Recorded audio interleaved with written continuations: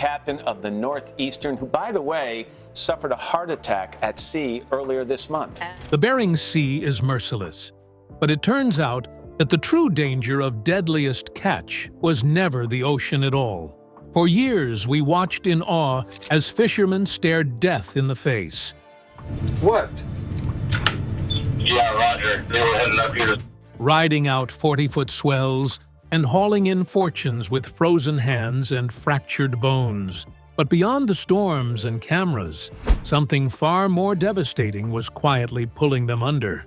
One disappeared after a high-speed police chase. Another was found lifeless in a hotel room. And one crew member's past was so haunting, the network scrubbed him from existence. They risked everything at sea, but it was what waited on land that finally consumed them. This is the side of Deadliest Catch they never showed you. The storm beneath the surface. Deadliest Catch showed us the brutal beauty of crab fishing, but behind the cameras, many of its stars were fighting battles far more deadly than the Bering Sea. When Deadliest Catch first premiered on the Discovery Channel in 2005, it didn't take long for the show to stand out. Viewers were immediately drawn to the raw footage, the bone-chilling weather, and the rugged, no-nonsense personalities of the Alaskan crab fishermen who risked their lives for one of the world's most dangerous jobs. Over the years, the series became more than just another reality TV show. It became a television phenomenon. By the time Season 3 aired in 2007, the show had pulled in a combined audience of over 49 million viewers. Discovery Channel found a goldmine in the icy waters of the Bering Sea, and Deadliest Catch quickly became one of its highest-rated programs. The show's unique blend of real-life risk, emotional storytelling, and unpredictable danger kept audiences hooked season after season. Viewers weren't just tuning in for the crabbing. They were coming back to follow the personal journeys of captains and crew members whose lives often felt as turbulent as the waters they sailed. Despite the show's reputation for being raw and unscripted, not everything was as authentic as it seemed. Over the years, several reports and interviews revealed that producers occasionally edited footage to heighten the drama. For example, there were instances where storm sequences were stitched together from multiple trips, creating the illusion of a single, deadly weather event that never actually occurred. It made for great television, but some fans and crew members criticized the practice for misrepresenting the actual conditions and the reality of the job. Behind the scenes, there were other, more serious issues. The production wasn't just facing creative challenges, it was dealing with real-world legal problems and internal conflict. Several cast and crew members became involved in legal issues, raising concerns about the high-pressure environment and lack of long-term support once filming ended. One of the most public controversies involved the Hillstrand brothers, whose spin-off show Hillstranded was suddenly cancelled in 2010. Discovery Channel later sued the brothers for $3 million, claiming they failed to complete work on the spin-off series. The brothers responded by threatening to leave Deadliest Catch altogether, creating major tension between the network and some of its most popular stars. Eventually, the lawsuit was settled out of court, but the incident exposed how fractured things had become behind the scenes. And as the series progressed, it became harder to separate the on-screen persona from the real person beneath the surface. The intense filming schedule, the dangers of the job, and the sudden exposure to national fame took a mental and emotional toll on many cast members. Some of them were never prepared for the attention. Others were already struggling with personal demons before the cameras even started rolling. Working on the Bering Sea is not just physically exhausting, it's psychologically punishing. Fishermen face weeks of sleep deprivation, constant risk of injury or death, and extreme isolation from their families. Many crew members have reported experiencing symptoms of post-traumatic stress disorder After particularly grueling seasons, the danger is not just slipping overboard, it's the slow breakdown of mental health caused by extreme conditions and constant stress. In such a high-stakes environment, substance abuse becomes an easy escape. Many fishermen have turned to alcohol and various other substances to manage the physical and emotional pain. And when you add reality TV fame into the equation, the struggles only become more complicated. Fame can isolate people just as much as the sea can. And so, some cast members found themselves living double lives, where they were celebrated on television while suffering silently when the cameras stopped rolling. Some captains were known to self-medicate just to make it through a season. Others admitted in later interviews that they were already struggling with addiction problems long before they ever appeared on TV. But the culture of toughness and silence made it difficult for anyone to ask for help, even when they desperately needed it. Unlike traditional celebrities, the men and women on Deadliest Catch weren't coached by publicists or media teams. They didn't have handlers or PR agents. Most of them returned home to small towns and regular lives when filming wrapped. And for many, that transition was far from smooth. Without support systems or proper mental health care, some fell deeper into addiction. Others became entangled in legal trouble. And a few simply couldn't outrun the trauma they had carried for years. One of the most heartbreaking realities of Deadliest Catch is how many of its stars were not able to leave the show behind unscathed. Viewers saw the injuries, the rough weather, and the tension between captains and crew. But what they didn't always see were the nights filled with drinking, the quiet panic attacks, or the aftermath of tragic accidents that would never make it into an episode. The show tried, at times, to highlight some of these issues.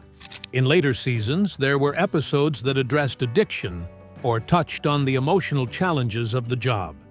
But the format of reality TV often limited how deeply those topics could be explored. And by the time fans learned about a cast member's death or arrest, the damage had already been done. But the tragedies didn't stop at addiction or mental health.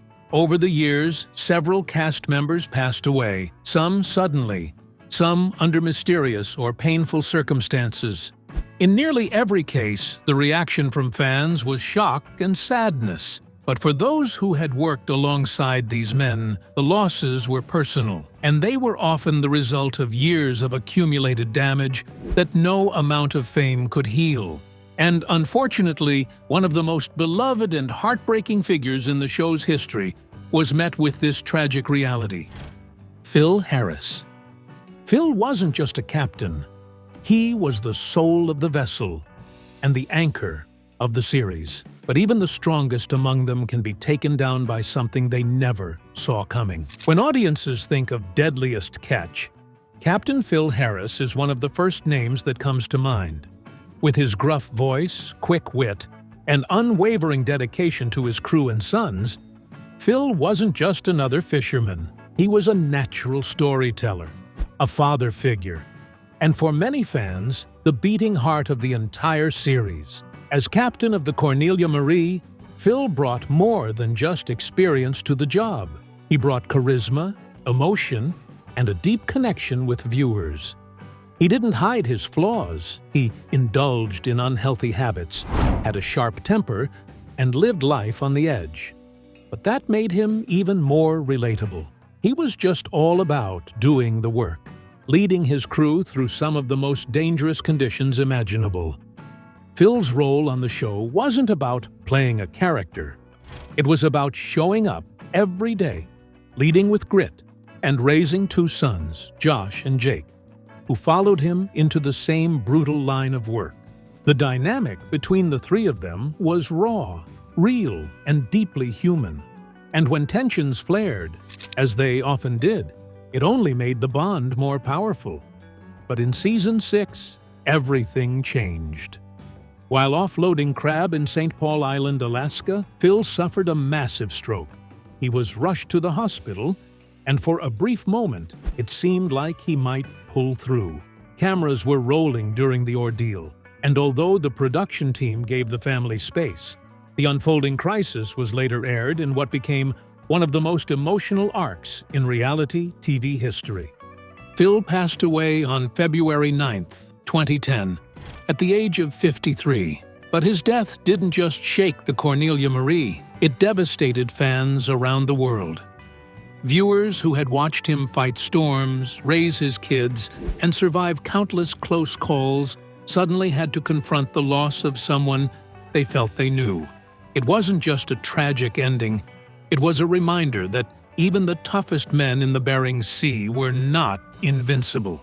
The decision to air Phil's final days sparked some controversy, but for many, it served as a tribute to a man who had never hidden from the cameras in the first place.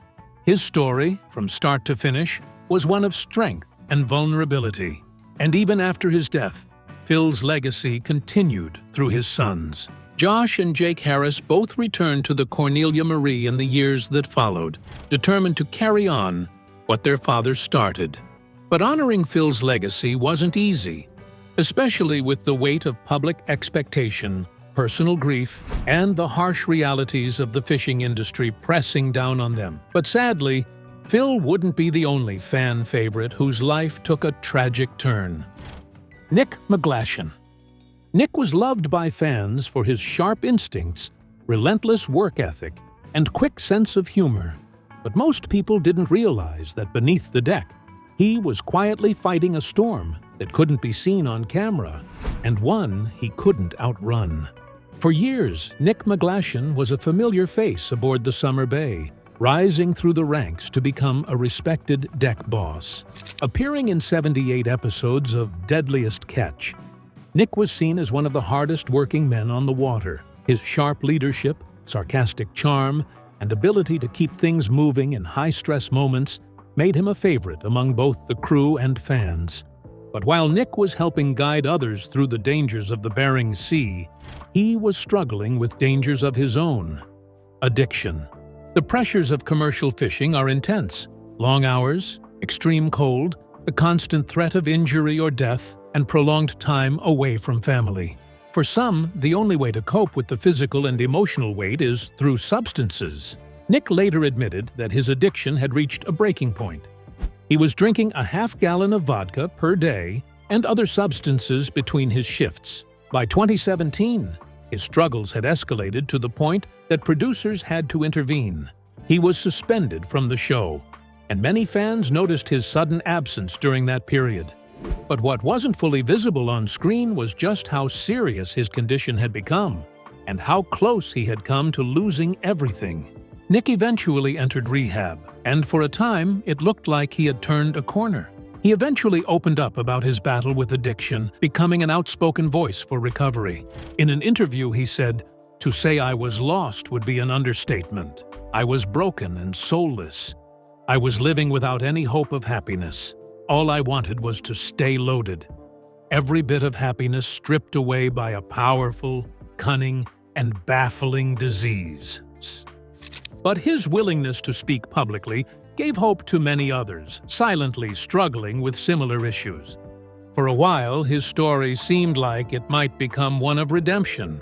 But in December 2020, tragedy struck. Nick was found dead in a Nashville hotel room at the age of 33 after he overdosed. It was a crushing blow to the Deadliest Catch community and a sobering reminder that addiction doesn't go away overnight, even for those who fight hard to overcome it. In Season 17, the show aired a quiet and emotional tribute to Nick, honoring the work he had done and the person he was behind the scenes. His crewmates remembered him as someone who made the toughest days at sea more bearable, someone who loved deeply and worked harder than most. But like Nick, there was another crew member who carried the weight of legacy, addiction, and public pressure, and whose story also turned down a darker path: Jake Harris. Jake grew up on the deck of the Cornelia Marie and watched his father become a legend. But fame, grief, and addiction would drag Jake Harris into waters far more dangerous than the Bering Sea. As the younger son of Captain Phil Harris, Jake Harris was introduced to the world of crab fishing at an early age. Fans of Deadliest Catch first saw him during the show's early seasons, working alongside his father and brother aboard the Cornelia Marie. With a quiet demeanor and youthful energy, Jake quickly became a recognizable face among viewers. But behind the scenes, he was struggling with issues that began long before the cameras ever rolled. Jake's battle with addiction started during his high school years, when he reportedly began using certain substances following a skateboarding injury. While he managed to keep working on the boat, his substance use gradually increased.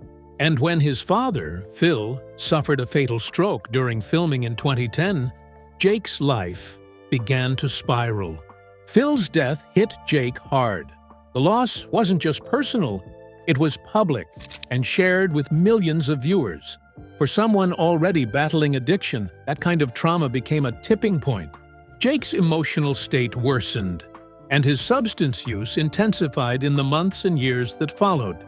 The first serious legal trouble came in 2010, the same year his father passed away, when Jake was arrested for driving under the influence and hit and run, a troubling sign that his grief had begun to affect his judgment and stability. He would later admit in interviews that he was lost during that period, unable to cope with the pressure, the fame, or the hole left by his father's absence. Sadly, things only got worse from there. In 2017, Jake was arrested again, this time for stealing a car and possessing illicit substances. Police described his behavior as erratic and unstable, and the charges painted a grim picture of a young man unraveling, caught in a cycle of addiction and self-destruction. Unfortunately, in 2019, Jake's problems reached a breaking point. He was involved in a police chase in Washington state, which ended with his arrest on charges of illicit substance possession and driving under the influence. This time, he wasn't just given a warning or short sentence. He was sentenced to 18 months in prison. It was a harsh, but possibly necessary turning point. Since then, reports have indicated that Jake has made significant efforts to turn his life around. After serving his time, he reportedly entered treatment and has remained sober, choosing to step away from the public spotlight and live a more private, quiet life.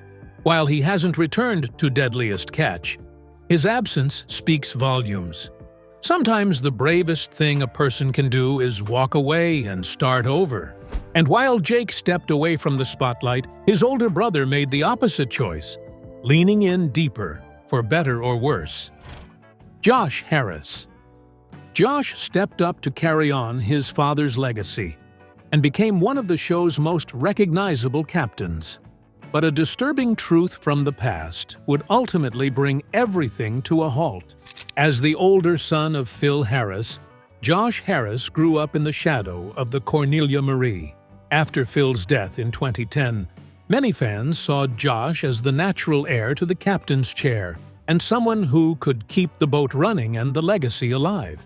Over the years, he worked his way up from deckhand to co-captain and eventually became a central figure in the Deadliest Catch storyline. Josh wasn't known for being the toughest guy on deck or the most seasoned fisherman, but what made him relatable was his effort. Viewers saw a young man trying to fill impossibly big shoes, learning the trade while coping with the loss of his father. His journey was messy, at times uncertain, but it felt authentic. He leaned into the spotlight, returned for multiple seasons, and even appeared in spin-off series like Deadliest Catch Bloodline. But in 2022, that image was shattered. An investigation revealed that Josh Harris had been convicted in 1999 of inappropriate behavior. The case, which had taken place when he was 16 years old, resulted in a conviction for the crime.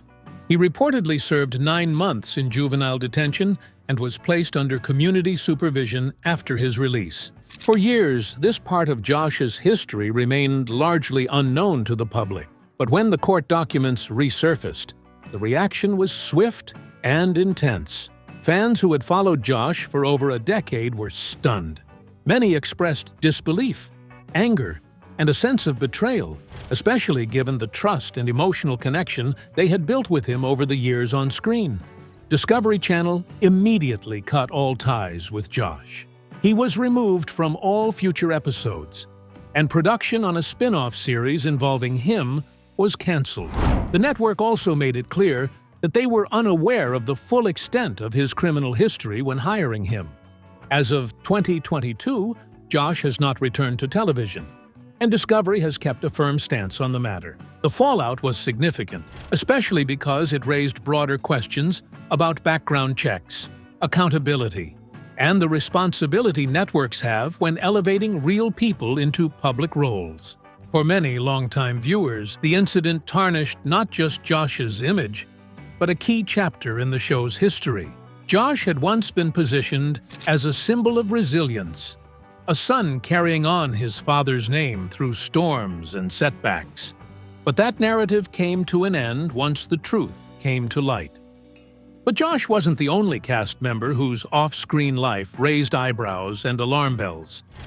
Elliot Nys. When Elliot Nys first appeared on Deadliest Catch as the captain of the saga, he stood out immediately. He was one of the youngest captains on the show, and while his aggressive leadership style rubbed some crew members the wrong way, it also made him a compelling figure to watch. Elliot wasn't shy. He spoke his mind, took risks, and often clashed with both his crew and other captains. For a while, that attitude made for good television. Unfortunately, behind the scenes, things weren't as controlled as they looked.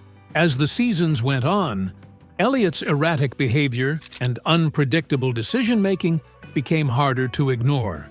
Fans noticed his absence in later episodes, and speculation grew about what was really going on. Eventually, the truth came out. Elliot was battling a serious substance addiction.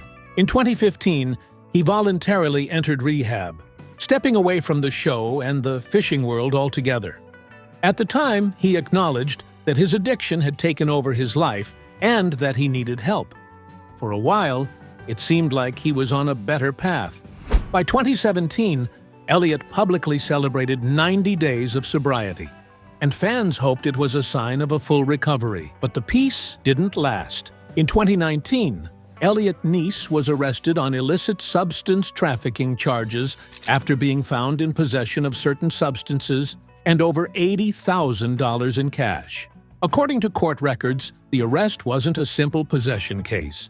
It involved evidence of large-scale distribution and deep ties to the trade.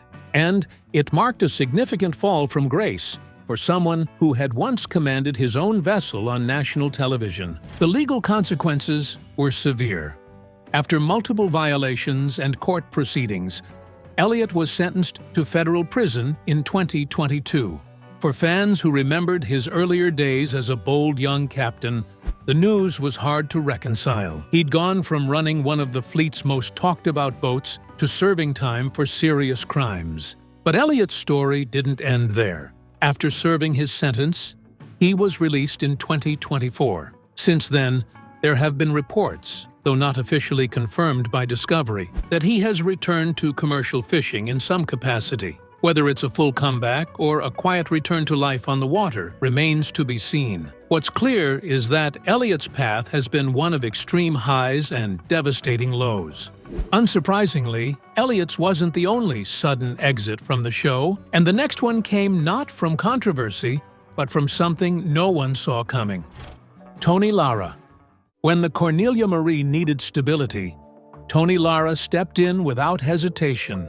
But just as fans were starting to know him, everything stopped without warning. When Captain Phil Harris passed away in 2010, the Cornelia Marie faced an uncertain future. It wasn't just about who would take the helm. It was also about who could step into that space during an emotional and chaotic time. That person turned out to be Tony Lara, a longtime friend of Phil's and a seasoned crab fisherman with decades of experience. Tony had already retired from fishing before stepping in, but his history with the Cornelia Marie ran deep. He had worked as a deckhand and engineer on the vessel in the 1990s and understood both the boat and its people. So when Josh and Jake Harris were trying to figure out their next move, Tony returned, not for fame, but to keep the operation and the crew on solid ground. Viewers appreciated his calm demeanor, no-nonsense leadership style, and ability to focus on the job without adding to the drama. In a season defined by grief and transition, Tony served as a steady hand. But just a few years later, in August 2015, tragedy struck. Tony Lara died unexpectedly at the age of 50 while attending the Sturgis motorcycle rally in South Dakota. He had reportedly suffered a massive heart attack in his sleep. The news shocked both fans and former crewmates, especially those who had worked closely with him during that emotionally charged season aboard the Cornelia Marie. Although Tony wasn't a major reality TV figure like some of the other captains, he was deeply respected within the fishing community. Colleagues described him as a mentor, someone who understood the job inside and out, but didn't need to yell or posture to command respect. His presence on Deadliest Catch may have been brief, but it came at a time when the boat and the story needed someone dependable. After his passing, the show quietly acknowledged his death, and his friends in the industry paid tribute to a man who had given decades of his life to one of the most grueling professions in the world. But unlike Tony, one former captain was not remembered for calm leadership, but for a much more turbulent legacy: Blake Painter. For those who watched seasons 2 and 3 of Deadliest Catch, Captain Blake Painter was a familiar face. He was young, ambitious, and determined to prove himself among veteran captains. As the leader of the Maverick, he stood out not just for his age, but for his confidence. At just 27, he was one of the youngest captains on the show at the time, and fans noticed the pressure that came with that title. However, his time on the series was short-lived. After season 3, Blake quietly stepped away from the spotlight. Reports later suggested there were disagreements with producers and other cast members, and that the stress of being filmed constantly may not have suited him. Once off TV, Blake returned to a more private life in Astoria, Oregon, and faded from the public eye. But years later, in May 2018, Blake Painter made headlines again. This time under tragic circumstances. He was found dead in his home, just outside of Astoria, at the age of 38. Police were reportedly called after friends hadn't heard from him in several days. When officers entered the house, they found not just Painter's body, but a scene that raised deeper concerns. Multiple illicit substances were scattered nearby, and it was clear this wasn't a sudden accident. There were signs of a struggle with addiction. To those who had followed his brief career on the show, the news came as a shock, but local authorities confirmed that this wasn't Blake's first run-in with illicit substances. Just a few months prior, in January 2018, he had been arrested after a traffic stop where officers reportedly caught him in the act while driving. He was also in possession of illegal substances and had been awaiting trial at the time of his death. No foul play was suspected, and while an official toxicology report was never widely released, the combination of substances found near him painted a grim picture. Family and friends described him as someone who had struggled quietly, dealing with addiction issues that never made headlines until it was too late. Blake Painter's death wasn't as public as some of his former castmates, but it added to a growing list of Deadliest Catch alumni whose stories took a dark turn after the cameras stopped rolling. He was remembered by some in the fishing community as a strong and skilled captain who faced enormous pressure at a young age. Whether or not Deadliest Catch played a role in his downward spiral is impossible to say. But for many, his story was yet another reminder that the dangers faced by crab fishermen don't always end when they return to shore. Which name on this list hit you the hardest? Drop your answers in the comment section below. If you enjoyed this video, don't forget to click on the next video on your screen, like this video, and subscribe to our channel for more updates.